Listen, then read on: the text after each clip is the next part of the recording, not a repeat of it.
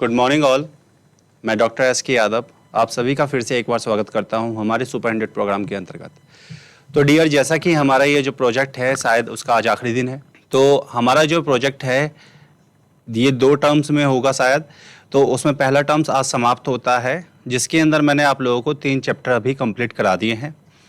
अब क्योंकि ये आखिरी दिन है तो मैं चाहूँगा कि हम लोग जो हैं, जो हमारा 3 दिन का मतलब जो भी हम लोगों ने 3 चैप्टर्स में पढ़ा था उसको एक बार हम लोग रिवाइज कर लेते हैं। ठीक है, तो आज हम लोग कुछ नया नहीं पढ़ेंगे, हम केवल जो पुराना हम लोगों ने पढ़ रखा है तीनों चैप्टर्स का उसका एक बार रिवीजन करेंगे, सो दैट जो भी हमारे बेसिक प्रॉब्लम्स हैं वो क्लियर हो जाएं और जो कॉन्सेप्ट हैं वो दोबारा से रिवाइव हो जाएं। तो इसलिए हम लोग इसके ऊपर फोकस करेंगे और इसमें मैं आप लोगों के साथ कुछ बात भी करना चाहूँगा। देखिए, अभी आप लोगों की छुट्टियां पड़ने जा रही हैं, समर वेकेशन आप लोगों की होंगी। तो ये जो समर वेकेशन है आप इसका पूरा लाभ उठा सकते हैं। अब उनका लाभ उठाने के लिए हमारे दिमाग में 2 चीज़ें आती हैं। जब हम लोगों के एक ऐसी एज होती है जिसके अंदर पूरे साल हम पढ़ाई करते हैं, फिर हमें कोई वेकेशन मिलता है तो मन करता है कि कहीं घूमने जाते हैं। ठीक है, पूरा एंजॉय करते हैं, ठीक, पढ़ाई लिखाई से थोड़ा दूर हो जाते हैं। लेकिन आप एक काम कर सकते हैं कि पढ़ाई लिखाई से दूर ना होकर एंजॉय कर सकते हैं। अब वो कैसे कर सकते हैं? कहीं पे भी जाएं घूमने के लिए, जो आपके नोट्स हैं, जो आपकी किताबें हैं, आप उनको लेके जाइए। आप दिन भर मस्ती करिए, कोई आपको नहीं रोकेगा, लेकिन उस गैप के अंदर 1 घंटा 2 घंटा किसी एक सब्जेक्ट को दीजिए। जैसे आपके पास जो भी सब्जेक्ट है उसको 1 घंटा दीजिए। ठीक है, फिजिक्स को 1 घंटा दीजिए, केमिस्ट्री को 1 घंटा दीजिए, बायो को 1 घंटा दीजिए। और ये नहीं है कि आप लगातार दीजिए, आप एक सब्जेक्ट पढ़ लीजिए, उसके बाद अपना खेलिए कूदिए, फिर दूसरा सब्जेक्ट पढ़ लीजिए, फिर खेलिए कूदिए, फिर तीसरा सब्जेक्ट पढ़ लीजिए, फिर खेलिए कूदिए। तो खेलना कूदना भी ज़रूरी है क्योंकि ये अभी आपकी एज है, और उसी के साथ पढ़ना भी ज़रूरी है क्योंकि आपकी एज है। तो दोनों ही काम इसी एज के अंदर करने हैं। अब 12th, वैसे तो हम लोग कहते हैं कि जैसे कुछ बच्चों के मुंह से सुनते हैं जब वो पेपर दे के बाहर निकलते हैं, चलो यार 12th के पेपर हो गए, बला टली, अब टेंशन फ्री। तो बेसिकली बला टलती नहीं है, बला शुरू होती है। क्योंकि जो 12th है आपका, ये एक ऐसी क्लास है जिसके बाद आपका पूरा भविष्य डिसाइड होगा कि अब आप जीवन में क्या करेंगे। आप 12th के बाद जिस डायरेक्शन में भी जाएंगे उसी डायरेक्शन से आपका फ्यूचर डिसाइड कर लिया जाएगा। तो इसलिए जो डायरेक्शन है उसको बिल्कुल सीधा रखना है, कहीं पे उसको टेढ़ा मेढ़ा नहीं बनाना है। क्योंकि अगर आपने डायरेक्शन टेढ़ा मेढ़ा बनाया या रास्ता टेढ़ा मेढ़ा हुआ आपका, तो जाहिर सी बात है फ्यूचर भी आपका टेढ़ा मेढ़ा हो जाएगा। ठीक है, आपको जिस फील्ड में भी जाना है, जिस भी फील्ड में जाना है, अगर आपको फोर्सेज में जाना है तो आप एम कर लीजिए मुझे फोर्सेज में जाना है। अगर आपको डॉक्टर बनना है तो एक एम कर लीजिए मुझे डॉक्टर बनना है। अगर आपको किसी और फील्ड में जाना है तो उस फील्ड को लेके आप एक एम कर लीजिए कि मुझे उस फील्ड में जाना है जो आपको सबसे अच्छा लगे। ठीक है, जिसमें आपकी रुचि है काम वही करिएगा। जरूरी नहीं है क्या कहते हैं कि सभी डॉक्टर्स बने, सभी इंजीनियर्स बने। अगर सभी और डॉक्टर्स और इंजीनियर्स बनेंगे तो बाकी काम कौन करेंगे? ठीक है, तो काम वो करना चाहिए जिसमें आपका मन लगे। क्योंकि अगर आप उस काम को नहीं करेंगे जिसमें आपका मन नहीं लगता है, ठीक है, या उस काम को करेंगे जिसमें आपका मन बिल्कुल नहीं लग रहा, वो काम करने का मौका नहीं मिल रहा जिसमें आपका मन लगता है, तो आप काम ढंग से नहीं कर पाएंगे।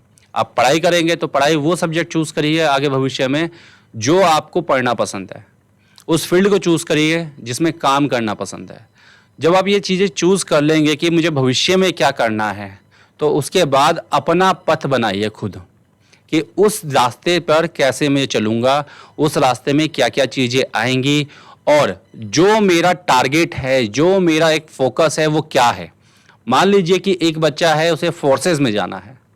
ठीक है, अब वो फोर्सेस में जाने के लिए क्या तैयारियां करेगा? फोर्सेस में जाना है, सपना तो बना लिया, लेकिन कैसे? तो उसके लिए फोर्सेस के लिए आपको फिजिकल तैयार करना पड़ेगा अपना।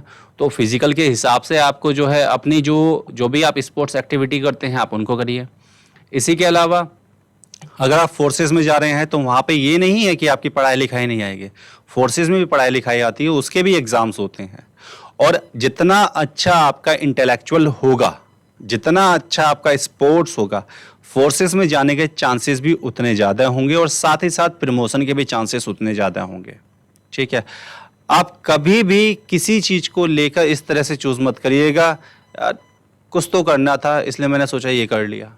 तो देखिए, जब आप इस तरह की बात सोचते हैं कि कुछ तो करना था, कि मैंने ये सोचा यही कर लेता हूँ, इसीलिए मैंने इसको सब्जेक्ट को सेलेक्ट कर लिया और इसको मैंने काम कर लिया, तो वो आपकी हॉबी नहीं बनी, उसमें आपका इंटरेस्ट कभी नहीं आएगा और उसमें कभी आप आगे नहीं बढ़ पाएंगे। ठीक। अगर आपको लाइफ में सक्सेस होना है तो सक्सेस होने के लिए आपको सबसे पहले अपने आप को पहचानना पड़ेगा, मैं क्या हूँ। आप अपने आप को पहचानिए, मैं क्या हूँ, और उसी के अंदर ढूंढिएगा मेरा भविष्य मेरे अंदर कहाँ दिखता है। ठीक। जब आप कोई एक भविष्य डिसाइड करते हैं, उसके ऊपर काम करना शुरू कर दीजिए। जैसे मान लीजिए कोई डॉक्टर बनना चाहता है, अगर वो डॉक्टर बनना चाहता है तो डॉक्टर के अंदर जो है आपकी स्पोर्ट्स की एक्टिविटी नहीं आती है। ठीक है, वहाँ पे आपका क्या आता है, मेंटल लेवल। जो आपका मेंटल लेवल है ये आपका साथ देगा। तो उसके लिए क्या करना पड़ेगा, हमें डॉक्टर बनने के लिए उसकी तैयारी करनी पड़ेगी अभी से। और उसकी तैयारी करने के लिए हमें क्या करना पड़ेगा, जो हमारे साइंस के सब्जेक्ट है। देखिए, डॉक्टरेट के अंदर आपके कभी भी वोकेशनल सब्जेक्ट्स आपसे नहीं पूछे जाते हैं, आर्ट्स के सब्जेक्ट कभी नहीं पूछे जाते हैं। आप देखेंगे बहुत सारे कॉम्पिटिटिव एग्जाम्स के अंदर जनरल एप्टीट्यूड आता है, ठीक है, जनरल साइंस आती है, इंग्लिश आती है, लैंग्वेज आती है, लेकिन यहाँ पे ऐसा कुछ नहीं आता। डॉक्टरेट के अंदर एंट्रेंस एग्जाम के अंदर कुछ ऐसा नहीं आता, वहाँ केवल और केवल साइंस आती है। फिजिक्स, केमिस्ट्री, बॉटनी, जूलॉजी, ये चीज़ें उसके अंदर आती हैं। तो बॉटनी जूलॉजी को हम लोग कंबाइंडली बायोलॉजी कहते हैं। तो अगर आपको डॉक्टर बनना है और ये आपका सपना है, तो आपको उसके लिए मेहनत करनी पड़ेगी, और मेहनत करने के लिए आपको अपने सब्जेक्ट्स के थ्रू गो थ्रू होना पड़ेगा। मतलब सब्जेक्ट्स को बहुत अच्छे से समझना पड़ेगा। अगर आप ये सब्जेक्ट्स को समझने का प्रयास करते हैं और उनको पढ़ना शुरू करते हैं, तो आप उस पथ पर चलने लगते हैं। जैसे जैसे आप सब्जेक्ट्स को पढ़ेंगे, पहले दिन आपको समझ नहीं आएगा, दूसरे दिन समझ नहीं आएगा, तीसरे दिन चीज़ें थोड़ी थोड़ी क्लियर होनी शुरू हो जाएंगी। पहले दिन इंटरेस्ट नहीं आएगा, दूसरे दिन थोड़ा सा आपको इंटरेस्ट आना शुरू होगा, तीसरे दिन थोड़ा और इंटरेस्ट आना शुरू होगा। जब तक कोई चीज़ हमें समझ नहीं आती है तब तक हमें उसमें कोई इंटरेस्ट नहीं आता। जैसे जैसे चीज़ें हमें समझने आनी शुरू हो जाती हैं, वैसे वैसे हमें इंटरेस्ट आना शुरू हो जाता है। ठीक है, और ये केवल आपके लिए नहीं बोल रहा हूँ, ये सभी के साथ होता है। जैसे आप मान लीजिए किसी जॉब के अंदर जाते हैं, आप डॉक्टर बनते हैं, आप जो हैं जब पहली बार एमबीबीएस के अंदर सेलेक्ट हो जाते हैं और एक्सपेरिमेंट के लिए जाते हैं और आपके सामने एक बॉडी दे दी जाती है, इसकी चीर फाड़ करिए, तो जो पर्सन कभी नॉनवेज नहीं खाता है वो किसी को कैसे कट करेगा, कैसे वो ब्लीडिंग को देख पाएगा। लेकिन धीरे धीरे जैसे आप उसके अंदर आगे बढ़ते हैं तो चीज़ें आपको समझ में आने लगती हैं, फिर आप उसके हैबिचुअल हो जाते हैं, फिर आपको उस काम को करने में आनंद आने लगता है, और साथ ही साथ ये देखने में आपको बड़ा अच्छा लगता है कि जो मैंने सीखा है उससे अब मैं किसी का इलाज कर सकता हूँ। ठीक है, किसी बीमारी को ख़त्म कर सकता हूँ, किसी को नया जीवन दे सकता हूँ। तो हमें मेहनत करनी पड़ेगी, और यही एज है जिसमें मेहनत करनी पड़ेगी, क्योंकि उसके बाद फिर हम कुछ नहीं कर पाएंगे। ठीक है, तो चलिए, ज्ञानवर्धक बातें बहुत ज़्यादा हो गई हैं, अब चलते हैं अपने स्मार्ट बोर्ड की तरफ और करते हैं आज का टॉपिक शुरू। तो डियर, जैसा कि मैंने आप लोगों से कहा कि हम लोग करेंगे अब रिवीजन। देख लेते हैं हम लोगों ने क्या क्या पढ़ा है, ठीक है, और क्या क्या चीज़ें उसके अंदर आती हैं, उन सब चीज़ों को एक बार फिर से रिवाइव करेंगे। ठीक है, जो हमने पढ़ा है उसको फिर से समझेंगे। तो कैसे समझेंगे उसके अंदर, ऐसा तो है नहीं कि मैं 3 दिन के मतलब जो 3 चैप्टर का सिलेबस है वो इस 40-45 मिनट के अंदर कंप्लीट कर पाऊंगा, नहीं। ठीक है, हम क्या करेंगे, मोटा मोटा ऊपर से एक ओवरव्यू लेके चलेंगे। ठीक है, जैसे सबसे पहले हम बात करते हैं, हमने जो पहला चैप्टर पढ़ा था, जो हमारा चैप्टर 1 था, वो क्या था, चैप्टर 1 था रिप्रोडक्शन इन ऑर्गेनिज्म।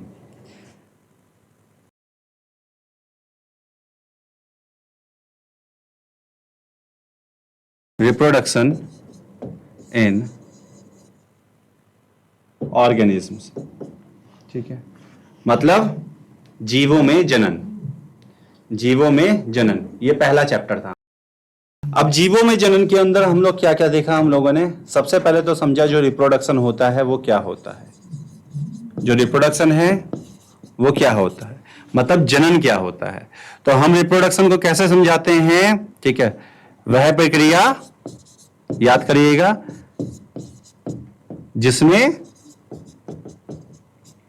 पहले से उपस्थित जीव, जिसमें पहले से उपस्थित जीव अपने जैसे नए जीव का निर्माण करता है, निर्माण करता है। ठीक है, तो रिप्रोडक्शन क्या हो जाएगा, जिसमें हमारे पास पहले से कोई जीव है वो अपने ही जैसे जीव का निर्माण करेगा, उसी को हम नाम दे देंगे जनन या फिर रिप्रोडक्शन। मान लीजिए कि जैसे मेरे पास में ह्यूमन है, मतलब मानव है, मानव है, ठीक है, हाथी है, ठीक है, जैसे हमारे पास कौवा है, ठीक, जैसे हमारे पास में आम है, ठीक है, आम का पेड़ है, तो मानव से क्या बनेगा, मानव, ठीक, हाथी से क्या बनेगा, हाथी, कौवा से क्या बनेगा, कौवा, और जो आम का पेड़ है, आम के पेड़ से क्या बनेगा, आम का पेड़। तो ये जो प्रक्रिया है जिसमें एक जो पहले से उपस्थित है वो अपने ही जैसे को बना रहा है, इसी को हम क्या नाम देते हैं, रिप्रोडक्शन नाम देते हैं, जनन नाम देते हैं। ठीक है, अब इसके बाद में फिर हम लोगों ने इसमें क्या पढ़ा था रिप्रोडक्शन के अंदर, कि रिप्रोडक्शन के प्रकार कितने होते हैं। फिर हमने पढ़ा था types of reproduction, types of reproduction, reproduction के कितने प्रकार होते हैं। तो मैंने आपको बताया था कि जो रिप्रोडक्शन के प्रकार होते हैं वो यहां पर दो होते हैं, याद होगा आप लोगों को, मैंने दो बताए थे। एक बताया था आपको एसेक्सुअल और दूसरा बताया था मैंने आपको सेक्सुअल। एसेक्सुअल बताया था, सेक्सुअल बताया था। एसेक्सुअल मतलब क्या हो गया डियर, अलैंगिक, और सेक्सुअल का मतलब क्या हो गया, लैंगिक।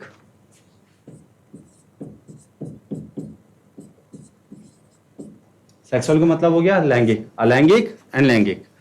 अब जो एसेक्सुअल रिप्रोडक्शन है ये कई प्रकार से होता है, जैसे हमने पढ़ा एसेक्सुअल रिप्रोडक्शन इन एनिमल्स, ठीक है, एनिमल्स के अंदर हम लोगों ने पढ़ा था एनिमल्स में किस प्रकार से होता है। तो जैसे हम लोगों ने इसके अंदर बर्डिंग देखा था, याद होगा आप लोगों को, हम लोगों ने इसमें बर्डिंग देखा था, बाइनरी फ्यूजन देखा था, ठीक है, बर्डिंग देखा था, बाइनरी फ्यूजन देखा था। इसके बाद आते हैं हम प्लांट्स की तरफ। तो प्लांट्स के अंदर हम लोगों ने क्या क्या देखा था, आपको याद होगा प्लांट्स में मैंने आप लोगों को बडिंग दिखाया था, मतलब मुकुलन, ठीक है। इसके अलावा यहां पे हम लोगों ने फ्रेगमेंटेशन भी देखा था, ठीक है। इसके अलावा हम लोगों ने यहां पर स्पोरुलेशन भी देखा था। स्पोरुलेशन के अंदर मैंने आप लोगों को याद होगा बताया था यहां पर ज़ूस्पोर्स, ठीक है, और इसी के साथ मैंने आप लोगों को यहां पर बताया था कॉनिडिया, ये बताया था यहां पे, ये आपका होता है, ठीक। फिर इसके बाद हम लोगों ने आगे देखा था यहां पर जो हमारे पास एसेक्सुअल रिप्रोडक्शन है, ठीक है। एसेक्सुअल रिप्रोडक्शन के अंदर हम लोगों ने बहुत सारे टाइप देखे थे, और ठीक है, हमने देखा था बाय, ठीक है, जब एसेक्सुअल रिप्रोडक्शन की बात की तो हाई प्लांट्स आए थे इसके अंदर। हाई प्लांट्स के अंदर एसेक्सुअल रिप्रोडक्शन को हमने नाम दिया था वेजिटेटिव प्रोपोगेशन, कायिक जनन, इसको नाम दिया था हमने कायिक जनन। कायिक जनन के अंदर हम लोगों ने बताया था प्लांट के अंदर आपका स्टेम से होता है। स्टेम में मैंने आपको बताया था एक होता है सबसे पहले भूमिगत, ठीक है, इसके बाद बताया था मैंने आपको सब एरियल, और उसके अलावा बताया था मैंने आपको एरियल। हमारे पास अलग अलग प्रकार का तना होता है तो उससे अलग अलग प्रकार से जनन होता है, ये भी मैंने कई आपको बताए थे, ठीक है। फिर इसके बाद में हमने बात की थी यहाँ पे किसकी, सेक्सुअल रिप्रोडक्शन की।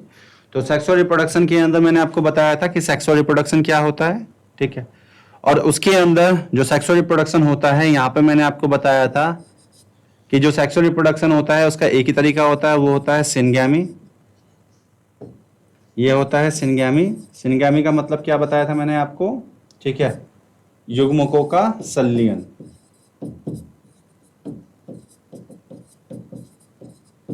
युग्मकों का संलयन, ये मैंने आपको बताया था, ठीक है। इसके अंदर और भी चीजें हम लोगों ने पढ़ी थी, उसको भी देखते हैं, रिवाइज करते हैं फिर से। तो देखिए, जैसे हम बात करते हैं, अब जो एसेक्सुअल रिप्रोडक्शन था, वो एसेक्सुअल रिप्रोडक्शन क्या था, ठीक है। तो एसेक्सुअल रिप्रोडक्शन को हमने क्या बताया था, इसके बारे में हमने एसेक्सुअल रिप्रोडक्शन के बारे में बताया था कि, ठीक है, जब एक पेरेंट से, ठीक है, सिनगैमी के बिना जनन होता है, तो वो क्या कहलाता है हमारा, एसेक्सुअल रिप्रोडक्शन। जब एक पेरेंट से सिनगैमी के बिना जनन होगा तो उसी को हमने नाम दिया था एसेक्सुअल रिप्रोडक्शन। अब एसेक्सुअल रिप्रोडक्शन में क्या होता है, देखिए, एसेक्सुअल रिप्रोडक्शन के अंदर जो संतानें होंगी, संतानें क्या होती हैं, संतानें, ठीक है, पेरेंट्स के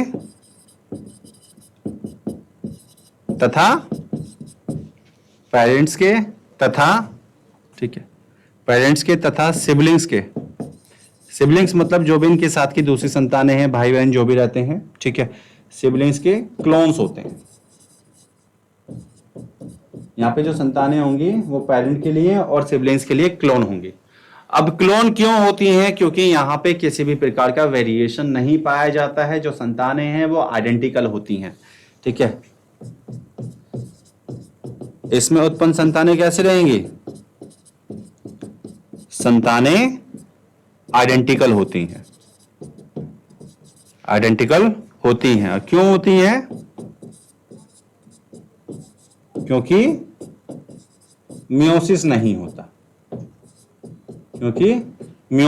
होता है।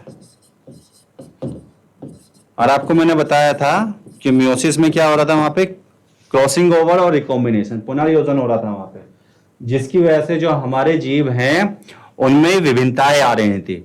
और हम जो उत्पाद हैं, जैसे मैं हूं, आप हैं, ये किस चीज का उत्पाद हैं, ये आपके लैंगिक जनन का उत्पाद हैं, जिसके अंदर मियोसिस होता है। और इसीलिए ना तो हम अपने भाई बहन से पूरी तरह से मैच करते हैं और ना ही अपने माता पिता से पूरी तरह से मैच करते हैं, ठीक है। तो ये तो हमारा बताया था हमने एसेक्सुअल रिप्रोडक्शन के बारे में।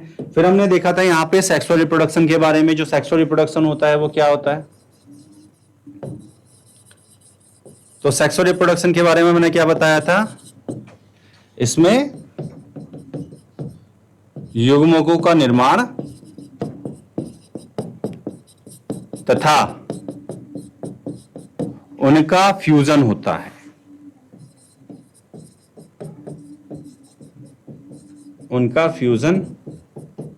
है, यहां पे युग्मकों का निर्माण होगा तथा उनका फ्यूजन होगा, दोनों ही काम होंगे, निर्माण भी होगा, फ्यूजन होगा।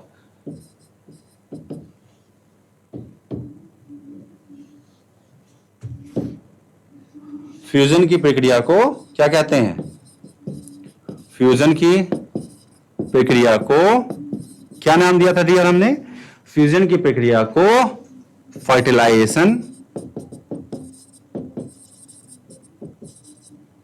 या सिनगैमी कहते हैं। याद होगा आपको, फर्टिलाइजेशन या फिर सिनगैमी कहते हैं। तो इसको हम फर्टिलाइजेशन या फिर सिनगैमी हमने नाम दिया था, ठीक है। अब ये जो फर्टिलाइजेशन हुआ है, इसके फलस्वरूप क्या बनता है, इसके फलस्वरूप क्या बनेगा, इसके फलस्वरूप बनता है जाइगोट बनता है, इसके फलस्वरूप जाइगोट बनेगा। और साथ ही साथ मैंने आपको बताया था जो गैमेट्स होते हैं वो कैसे रहेंगे, हमेशा हैप्लॉइड। जो जाइगोट होता है वो कैसा रहेगा, हमेशा डिप्लॉइड। ये फिक्स है, जितने भी सेक्सुअली रिप्रोड्यूसिंग ऑर्गेनिज्म है सबके अंदर ये फिक्स है कि हमारे पास में जो गैमेट्स होंगे वो हमेशा हैप्लॉइड होंगे और जो जाइगोट होगा वो हमेशा डिप्लॉइड होगा। ये फिक्स है, आप इसको नहीं बदल सकते। तो हमारे पास में जब हम सेक्सुअल रिप्रोडक्शन की बात करते हैं, हमने बात की थी यहां पर सेक्सुअल रिप्रोडक्शन की, तो सेक्सुअल रिप्रोडक्शन की जब हम बात करते हैं तो हमारे पास में आ जाता है फिर एक लाइफ साइकिल। इसमें क्या आ जाता है? लाइफ साइकिल, जिसको हम कहते हैं जीवन चक्र। जीवन चक्र, जो जीवन चक्र है इसके अंदर हमारे पास में 3 अवस्थाएं होती हैं। लाइफ साइकिल के अंदर आपकी 3 अवस्थाएं होती हैं, और जो 3 अवस्थाएं होती हैं उसमें मुख्य अवस्था कौन सी होती है उसको समझते हैं। देखिए, मुख्य अवस्था होती है रिप्रोडक्टिव फेज। रिप्रोडक्टिव फेज, अब एक इससे पहले पढ़ ली है तो वो कहलाती है pre reproductive phase.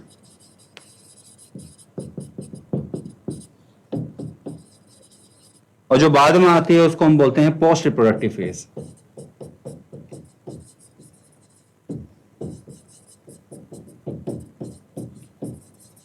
Pre reproductive phase, post reproductive phase. जो प्री रिप्रोडक्टिव फेज है हम इसको क्या नाम देते हैं? प्री रिप्रोडक्टिव फेज को ये कहलाती है आपकी ग्रोथ फेज, ठीक है, या जुवेनाइल फेज या वेजिटेटिव फेज, ठीक है। इसको हम सिंपली क्या कहते हैं? युवावस्था।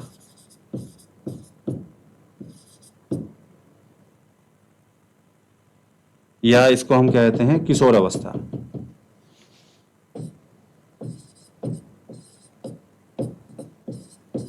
इसको हम किशोर अवस्था कहते हैं, ठीक है। जो रिप्रोडक्टिव फेज है ये कहलाती है हमारी जनन अवस्था, और यहां पे जो पोस्ट रिप्रोडक्टिव फेज है इसको हम नाम देते हैं वृद्ध अवस्था,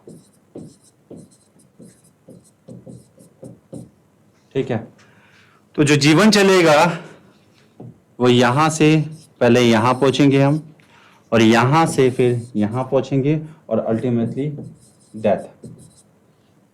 अल्टीमेटली डेथ। तो इस तरह से लाइफ हमारी चलती है। अब जब सेक्सुअल रिप्रोडक्शन होता है तो उसके अंदर बहुत सारे इवेंट्स आ जाते हैं। फिर क्या आते हैं हमारे पास? इवेंट्स आते हैं सेक्सुअल रिप्रोडक्शन में।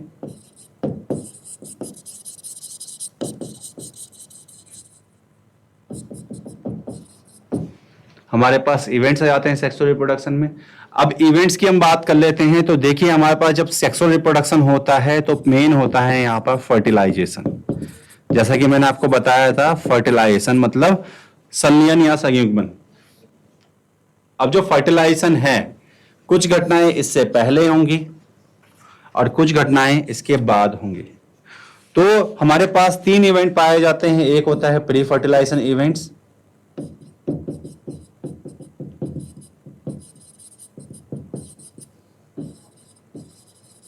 प्री फर्टिलाइजेशन इवेंट्स, और एक होते हैं पोस्ट फर्टिलाइजेशन इवेंट्स।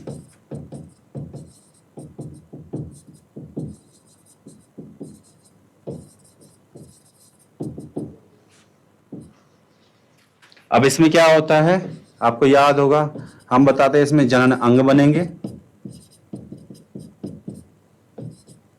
तथा विकसित होते हैं।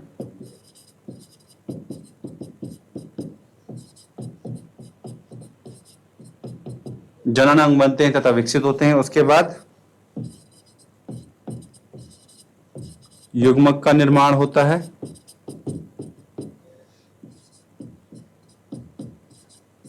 यहां पे युग्मकों का निर्माण होगा और अंत में युग्मकों को ट्रांसफर करते हैं, बाद में युग्मकों को ट्रांसफर कर देंगे।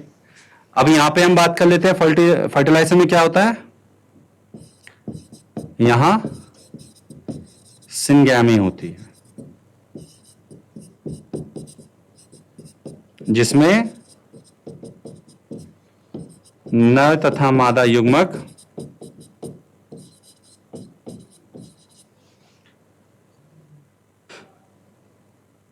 फ्यूजन करके एक डिप्लॉइड कोशिका बनाते हैं।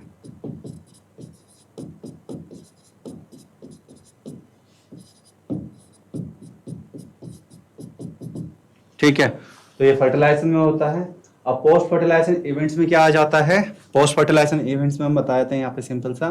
पोस्ट फर्टिलाइजेशन इवेंट्स में क्या होगा, इसमें फर्टिलाइजेशन से बनी कोशिका, फर्टिलाइजेशन से बनी कोशिका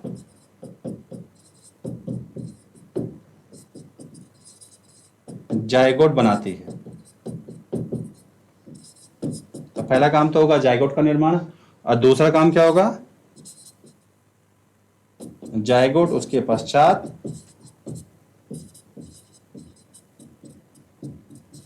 जीव बनाता है। तो आपका और मेरा जीवन का जो अस्तित्व था उसकी शुरुआत कब हुई, जब हमारे लिए जायगोट का निर्माण हुआ। जब तक हमारे लिए जायगोट का निर्माण नहीं हुआ था तब तक हमारा कोई अस्तित्व था ही नहीं। तो जायगोट के निर्माण होने के पश्चात मेरा जीवन आया, आपका जीवन आया, या किसी और के जीवन का अस्तित्व आया। उससे पहले हमारे जीवन का कोई अस्तित्व नहीं था। तो ये मैंने आपको बता दिया जो हमारा पहला चैप्टर था, जो था रिप्रोडक्शन इन ऑर्गेनिज्म, जिसके बारे में मैंने आपको एक ओवरव्यू दे दिया है। ठीक है, फिर हमारे पास जो अगला चैप्टर था डियर, वो क्या था, अगला चैप्टर था हमारे पास, ठीक है, sexual reproduction in flowering plants, in flowering plants, लैंगिक पादपों में, सॉरी, पुष्पीय पादपों में लैंगिक जन्म, पुष्पीय पादपों में लैंगिक जन्म। अब जो पुष्पीय पादपों में लैंगिक जनन है वो क्या होता है, उसके बारे में मैंने आपको बता रखा था कि पुष्पीय पादपों में लैंगिक जनन कैसे होता है। तो देखिए हमारे पास में जो पुष्पीय पादप होते हैं उनके अंदर पुष्प का निर्माण होता है। ये जो पुष्प होता है यही हमारा दर्शाता है किसको, उसमें रिप्रोडक्टिव अवस्था को। ठीक है, तो हम क्या बताते हैं कि एंजियोस्पर्म्स, एंजियोस्पर्म्स का मतलब क्या हुआ बेटा, एंजियोस्पर्म्स का होता है, ठीक है, आवर्त बीजी। ठीक है, एंजियोस्पर्म्स में पुष्प का निर्माण जनन अवस्था को दर्शाता है, जनन अवस्था को दर्शाता है। तो जो पुष्प का निर्माण हो रहा है वही जनन अवस्था को दर्शाता है। और ये जो हमारे पास पुष्प है ये ऐसा स्ट्रक्चर है जो बेसिकली जनन के लिए ही बनाया गया है। ठीक है, पुष्प का निर्माण जनन के लिए होता है, जनन के लिए होता है। तो यहां पे हमने जो पुष्प का निर्माण किया है वो जनन के लिए किया है। तो पुष्प हमेशा जनन के लिए बनते हैं। ठीक है, जो पुष्प है, पुष्प कुछ और नहीं है, एक आपका मॉडिफाइड सूट होता है। ठीक है, तो पुष्प क्या होता है, पुष्प मॉडिफाइड शूट होता है, मॉडिफाइड शूट होता है जिस पर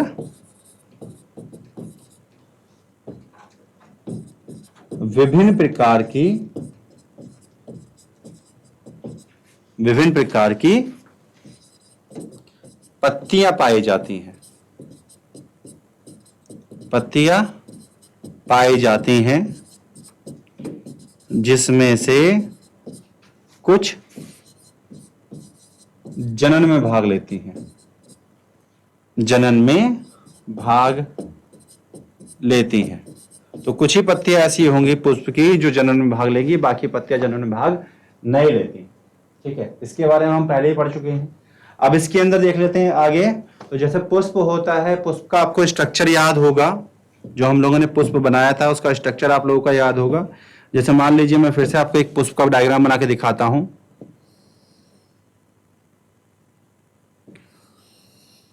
तो हम लोगों ने यहां पर देखा था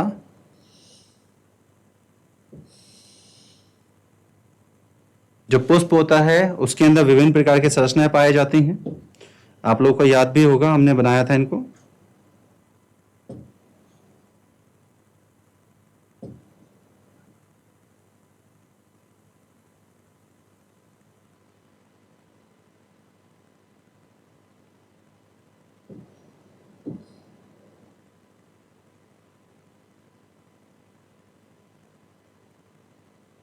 ऐसी हमने कुछ संरचनाएं बनाई थी पुष्प के अंदर।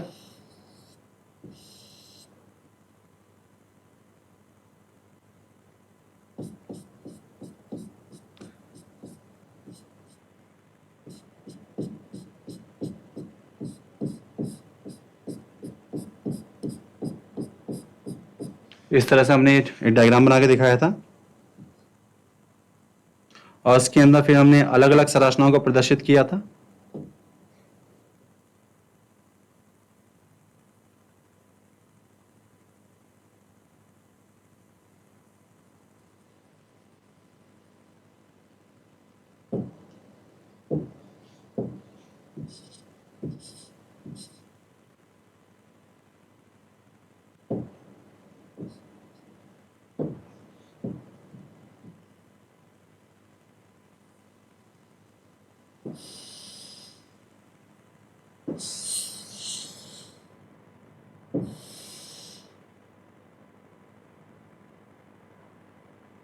तो इस तरह से हमने एक पुष्प का निर्माण किया था और पुष्प के अंदर अलग अलग भागों को देखा था और उनको हमने समझा था इसमें क्या क्या भाग होते हैं, याद होगा आप लोगों को। तो जैसे हमने यहाँ पे बताया था क्या क्या चीजें उपस्थित है हमारे पुष्प के अंदर। तो सबसे पहली चीज तो ये जो डंठल होता है पुष्प का, इसको नाम देते हैं पेडिसेल।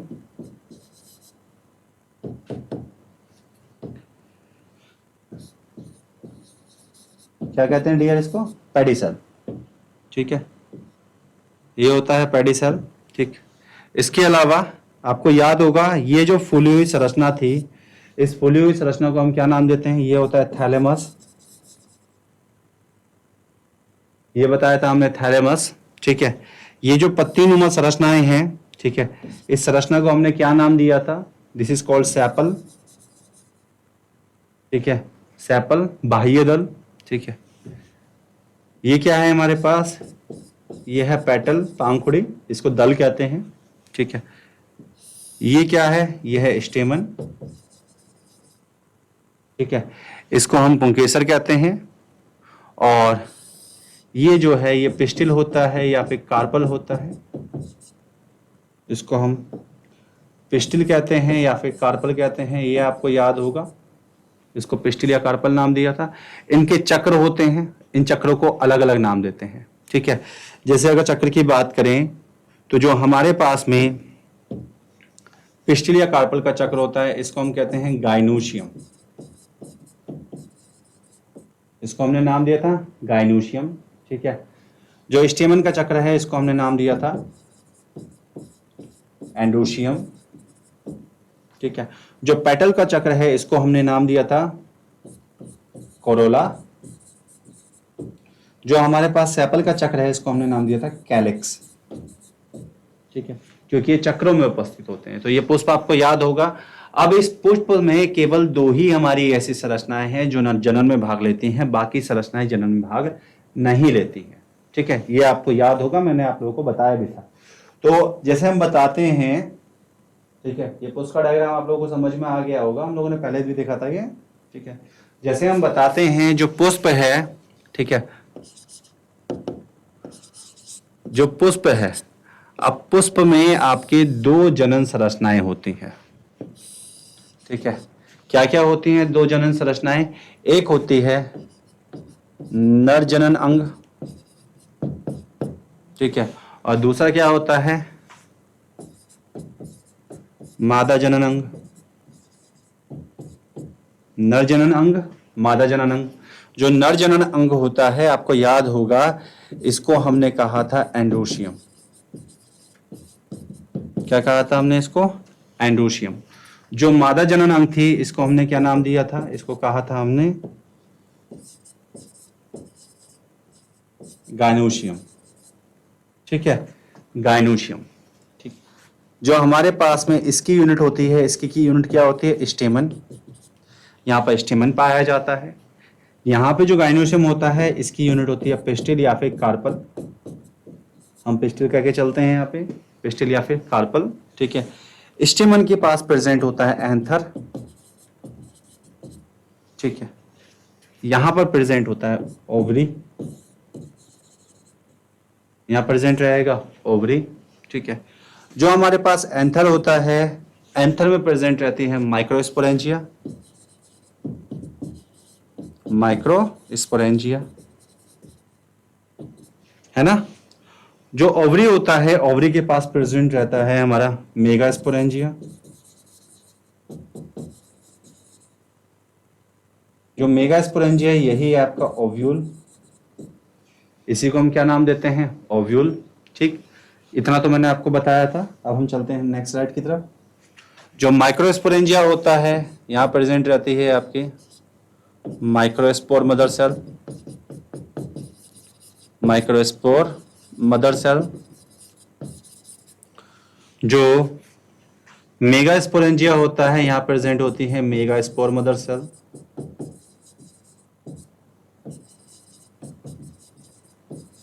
ठीक, मेगास्पोर मदर सेल। दोनों में एक कॉमन प्रक्रिया होती है, और वो क्या होता है, ठीक है, दोनों की जो कॉमन प्रक्रिया है वो कहलाती है मियोसिस, मतलब अर्धसूत्री विभाजन। दोनों में मियोसिस घटित होता है, जिसको हम अर्धसूत्री विभाजन कहते हैं। जो मियोसिस होता है, मियोसिस से आपके पास में क्या बनता है, यहाँ पे देखिए, मियोसिस जब होगा इधर बनेगा माइक्रोस्पोर, सूक्ष्म बीजाणु। ठीक है, यहां बनता है मेगास्पोर, दीर्घ बीजाणु। ठीक है, माइक्रोस्पोर, मेगास्पोर।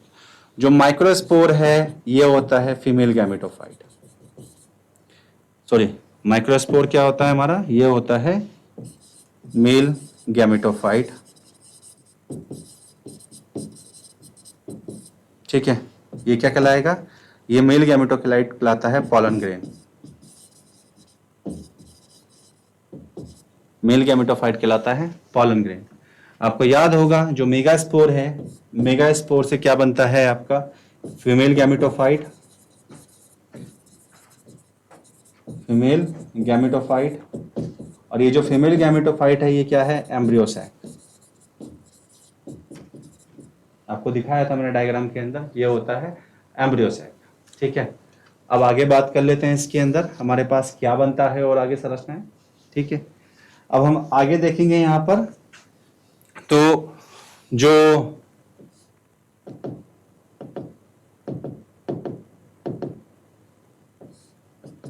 ठीक है, नेक्स्ट प्रक्रिया क्या होगी दोनों में, यहां पे अगली प्रक्रिया क्या होती है, यहां होता है नेक्स्ट पॉलिनेशन। पॉलिनेशन से क्या होता है, ठीक है, जो पॉलन ग्रेन है स्टिग्मा पर पहुंचता है, स्टिग्मा पर पहुंचता है, याद होगा आपको। इसके बाद क्या होता है, पॉलन ट्यूब बनती है। पॉलन ट्यूब बन के क्या होता है, उसमें प्रेजेंट रहता है मेल गैमेट। ठीक है, यहां मेल गैमेट प्रेजेंट रहता है, नर युग्मक। अब जो हमारे पास में आपने देखा यहाँ पे अभी क्या है, एम्ब्रियो सैक। तो ये जो एम्ब्रियो सैक है, इस एम्ब्रियो सैक में क्या प्रेजेंट रहता है, 3 एंटीपोडल सेल्स। ठीक है, 2 सिनर्जिड्स और 1 एग सेल, 2 पोलर न्यूक्लियाई। ये चीजें इसके अंदर प्रेजेंट रहती हैं। ठीक है,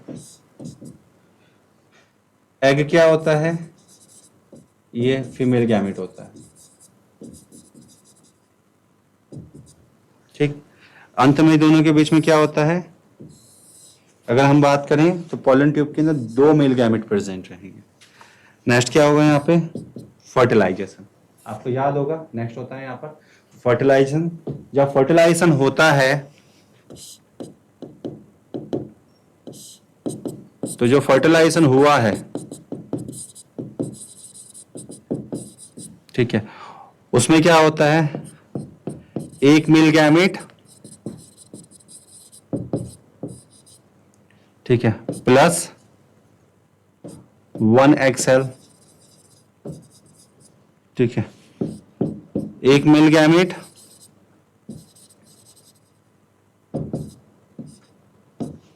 प्लस 2 पोलर न्यूक्लियाई।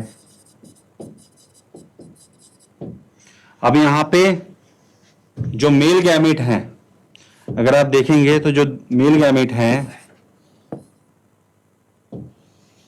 एक ये है, एक ये है,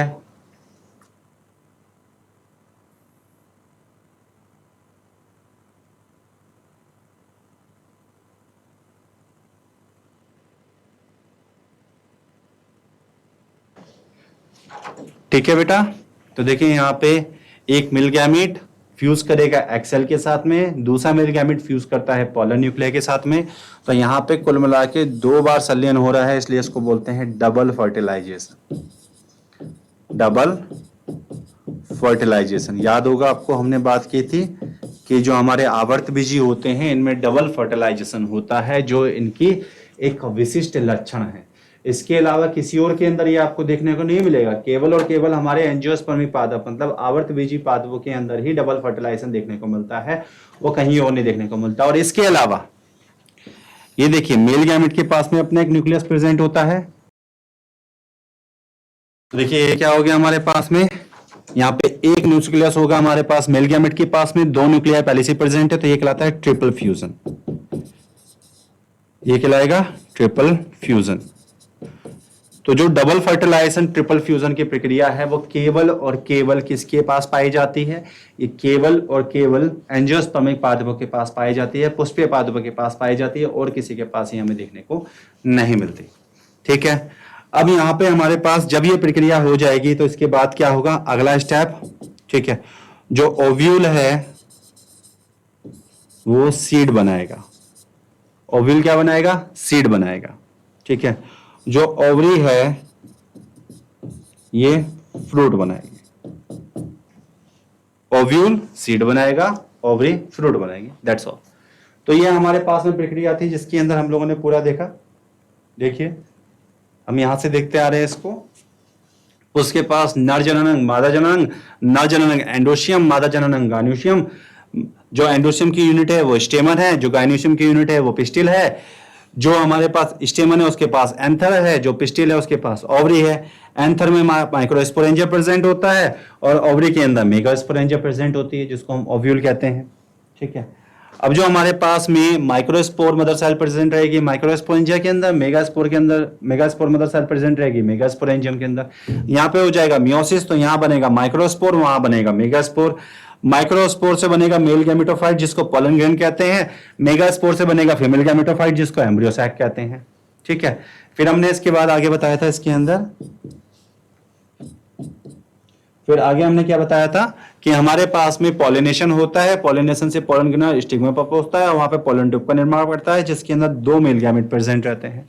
वहीं हम बात करते हैं एम्ब्रियो सैक के अंदर 3 एंटीपोडल सेल्स रहती हैं, 2 सिनर्जिड्स रहते हैं, 1 एग सेल रहती है, 2 पोलन न्यूक्लियाई प्रेजेंट रहते हैं। ठीक है, जो एग है वो आपका फीमेल गैमेट होता है।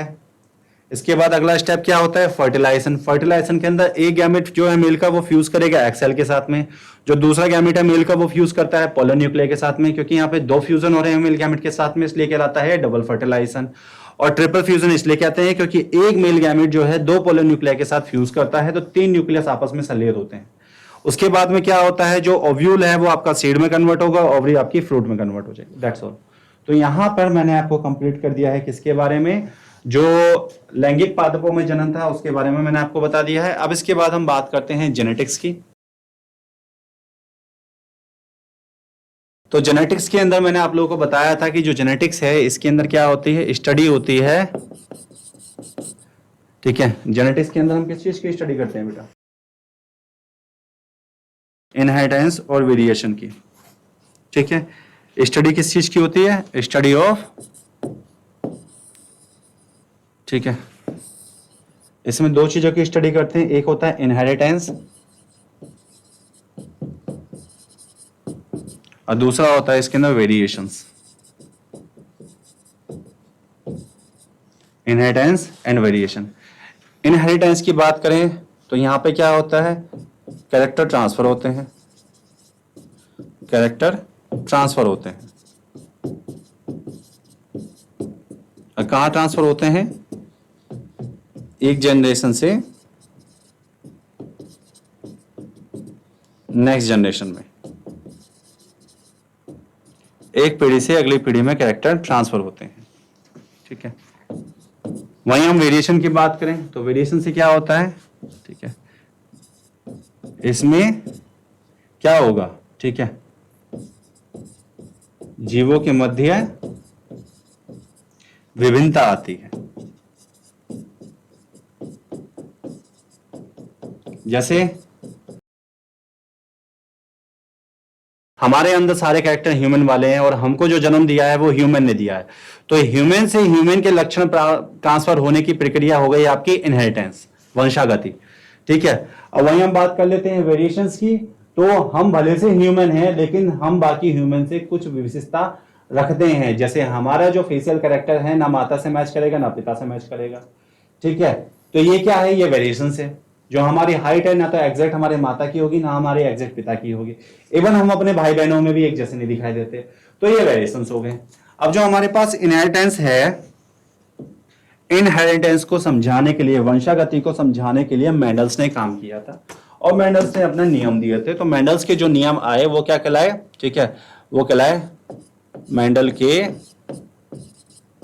वंशागति के नियम।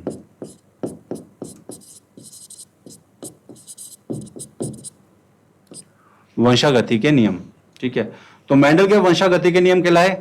जो मेंडल है उन्होंने विभिन्न प्रकार के लॉज हमारे सामने दिए थे। ठीक है, अब उन्होंने जो है अलग अलग प्रकार की प्रक्रियाएं से द्वारा हमारा जो है मटर के ऊपर के पौधे के ऊपर काम किया और वहां पे उनको अलग अलग प्रकार के कैरेक्टर देखने को मिले, जिसके हिसाब से उन्होंने हमारे सामने 3 प्रकार के जो लॉस थे वो प्रस्तुत किए दूसरे वैज्ञानिकों ने। तो जो मेंडल के वंशागति के नियम है उसको हमने पढ़ा। तो मेंडल ने क्या किया था, मोनोहाइब्रिड क्रॉस किया था।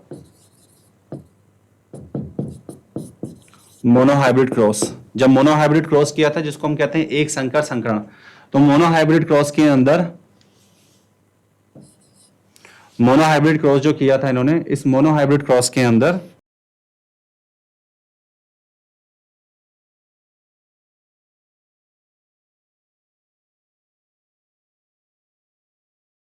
मोनोहाइब्रिड क्रॉस जो किया था, मोनोहाइब्रिड क्रॉस के अंदर इन्होंने क्या किया था, एक टॉल प्लांट लिया था, एक ड्वार्फ लिया था, इनके मध्य संकरण कराया था। ठीक है, तो संतानें बनी, F1 जनरेशन आई, इसमें स्वपरागण करा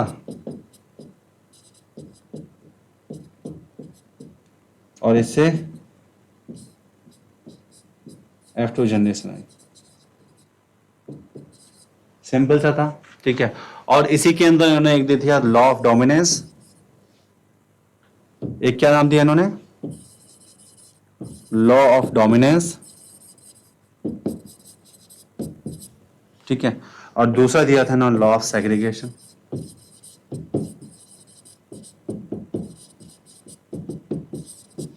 ठीक है, प्रभाविता का नियम और पृथक्करण का नियम। तो लॉ ऑफ डोमिनेंस क्या कहता है, लॉ ऑफ डोमिनेंस ये कहता है कि अगर हम 2 पादपों के मध्य क्रॉस कराते हैं, 2 जीवों के मध्य क्रॉस कराते हैं, जिसमें से एक कैरेक्टर आपका प्रभावी होता है जबकि दूसरा हमारा कैरेक्टर अप्रभावी होता है। तो जब इनकी क्रॉस कराते हैं तो ऐसे में जब अप्रभावी वाला जो फैक्टर है वो अप्रभावी के साथ उपस्थित रहता है तो अप्रभावी का कैरेक्टर छुप जाता है। ठीक है, तो प्रभावी फैक्टर की उपस्थिति में अप्रभावी फैक्टर का कैरेक्टर छुप जाता है और यही दर्शाता है लॉ ऑफ डोमिनेंस को। इसके बाद आता है law of segregation. Law of segregation क्या कहता है, लॉ ऑफ सेग्रीगेशन ये कहता है कि जिस समय पे गैमेट्स का निर्माण होता है, गैमेट्स के निर्माण के दौरान जो कैरेक्टर्स छुप गए थे वो एक दूसरे से पृथक हो जाते हैं और नेक्स्ट जनरेशन के अंदर वो कैरेक्टर फिर से दिखाई देने लगते हैं। तो इसकी वजह से हम समझते हैं कि जो युग्मक होते हैं वो हमेशा कैरेक्टर्स के लिए प्योर रहते हैं। युग्मकों में किसी भी प्रकार का आपका मिश्रण नहीं पाया जाता, युग्मक के अंदर हमेशा कैरेक्टर्स प्योर बने रहेंगे। अगला डाई हाइब्रिड क्रॉस। नेक्स्ट क्या किया था, डाई हाइब्रिड क्रॉस। तो उन्होंने जब डाई हाइब्रिड क्रॉस किया था तो डाई हाइब्रिड क्रॉस के अंदर इन्होंने क्या करा था, डाई हाइब्रिड क्रॉस के लिए इन्होंने क्या किया, मटर के पौधे के 2 लिए, मटर के पौधे लिए। आपको याद होगा मटर के पौधे में से एक पौधा कैसा था, ठीक है, जिसके पास में राउंड एंड येलो सीड था।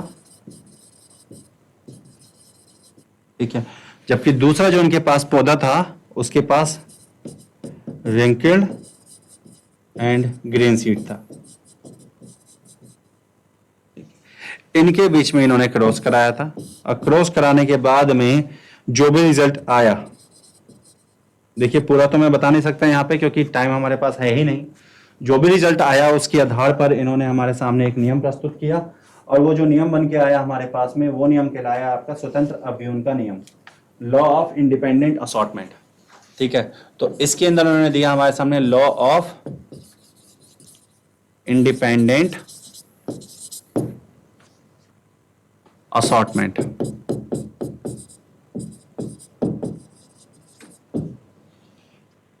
Law of independent assortment.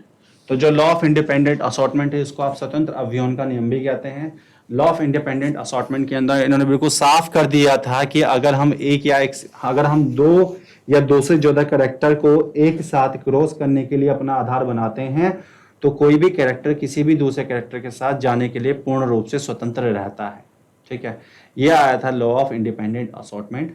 ठीक है, और जो लॉ ऑफ इंडिपेंडेंट असॉर्टमेंट है, इसका जो फिनोटाइपिक रेशियो आया था वो आपको याद होगा 9:3:3:1 आया था। ठीक है, ये इसमें आया था। और इसी के साथ में हमारे पास जो जीनोटाइपिक रेशियो आया था डायफ्राइट के, उसका वो क्या था 1:2:2:1:4:2:1:2:1। ये आप लोगों का इसका रेशियो आया था। ठीक है, अब इसके बाद में ये था हमारा क्या, जीनोटाइपिक रेशियो। जो ऊपर वाला बताया है मैंने आपको, ये जीनोटाइपिक रेशियो आया था। ठीक है, तो यहाँ पर इन्होंने इस चीज को समझाया था। फिर हम लोगों ने समझा था दूसरे डिसऑर्डर्स के बारे में। ठीक है, तो डियर देखिए, ये मैंने आपके पास में कुछ टाइम कम है, इस वजह से पूरा मैं आपको एक्सप्लेन नहीं कर पाया बाकी चीज़ों को। तो ये जितने भी मैंने आपको चैप्टर पढ़ाए थे, सबका मैंने आपको थोड़ा बहुत रिवीजन करा दिया है। बाकी आप थोड़ा बहुत रिवीजन अपने आप से भी कर लीजिएगा। आप लोगों का टेस्ट भी होगा। ठीक है, तो आप लोग उस चीज़ के लिए भी तैयार रहिएगा। आशा करता हूं कि आप सभी को जो टॉपिक मैंने पढ़ाए हैं वो सबको समझ में आए होंगे। अगर किसी को कोई टॉपिक नहीं समझ में आया है तो उसके लिए मैंने पहले भी आप लोगों को अपना नंबर दिया था। मैं एक बार फिर से आप लोगों को अपना नंबर दिखा देता हूं, स्क्रीन पे शो कर देता हूं। आप लोग उस नंबर पे मुझसे कांटेक्ट कर सकते हैं, आप अपने डाउट्स को क्लियर कर सकते हैं। और अगर आपको किसी टॉपिक में हेल्प चाहिए तो आप लोग मुझसे उस टॉपिक में हेल्प भी ले सकते हैं। तो चलिए एक बार स्मार्ट बोर्ड पे फिर चलते हैं, मैं आपको अपना नंबर दिखा देता हूँ। तो बेटा वैसे तो बहुत लोगों ने नंबर नोट कर लिया था और उन्होंने मुझे पहले भी जो है कांटेक्ट किया है, कई बार क्वेश्चंस पूछे भी हैं। तो मैं फिर से आपको अपना नंबर बता देता हूँ। मेरा नाम है डॉक्टर SK यादव। जो नंबर है वो है 9045284345। ये मेरा नंबर है, ये व्हाट्सएप पर भी अवेलेबल है। आप चाहें तो मुझे व्हाट्सएप कर सकते हैं। ठीक है, तो जब आपको ज़रूरत पड़े तो आप लोग मुझे व्हाट्सएप करके प्रॉब्लम्स के लिए पूछ सकते हैं और मैं आपको उनको सॉर्ट आउट कर दूंगा। ठीक है, बाकी जो प्रॉब्लम्स होंगी आपकी वो आप मुझसे शेयर करिएगा, मैं उनके आंसर दूंगा। तो चलिए फिर आज का लेक्चर करते हैं यहाँ पर समाप्त। फिर मिलेंगे अगली बार, तब तक के लिए आप सभी को all the best, good bye.